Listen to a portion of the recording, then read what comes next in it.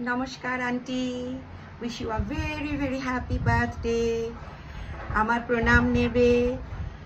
তুমি খুব সুস্থ থেকো, ভালো থেকো এবং আমাকে আশীর্বাদ করো। আমি Subrata, Nairobi, Kenya, east Africa থেকে তোমাকে তোমার জন্মদিনের শুভেচ্ছা জানাচ্ছি। আমাকে আশীর্বাদ করো। তোমাকে অনেক অনেক প্রণাম, অনেক অনেক ভালোবাসা। আমি 1987 থেকে 1995 পর্যন্ত কালামান্ডালামের স্টুডেন্ট ছিলাম।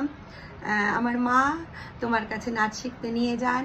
তখন আমি বেশ ছোট এবং সপ্তাহে 2 দিন করে নাচ শিখতাম।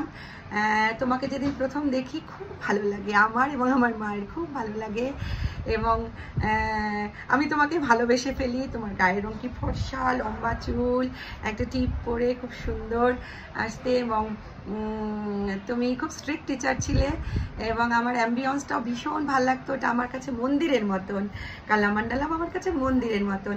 চারিদিকে গণপতি, নটরাজের মূর্তি, ধূপকাঠি, প্রদীপ সব জ্বলতো। ভিতরটা খুব ঠান্ডা এবং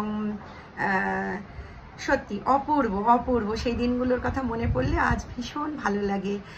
আর তুমি খুব বিজি ছিলে বলে তোমার এক ছাত্রী সুস্মিতা দি, তার কাছে আমাকে নাচ শিখতে দিয়েছিলে তুমি। আমি তার কাছে নাচ শিখি 6 বছর এবং তারপর বেশ কলকাতায়, দিল্লিতে বিভিন্ন সাংস্কৃতিক অনুষ্ঠানে নাচ করেছি। এখানে নাইরোবিতেও দুর্গাপুজো, বিভিন্ন সাংস্কৃতিক অনুষ্ঠান এবং ইন্ডিয়ান হাই কমিশনে নাচ করেছি।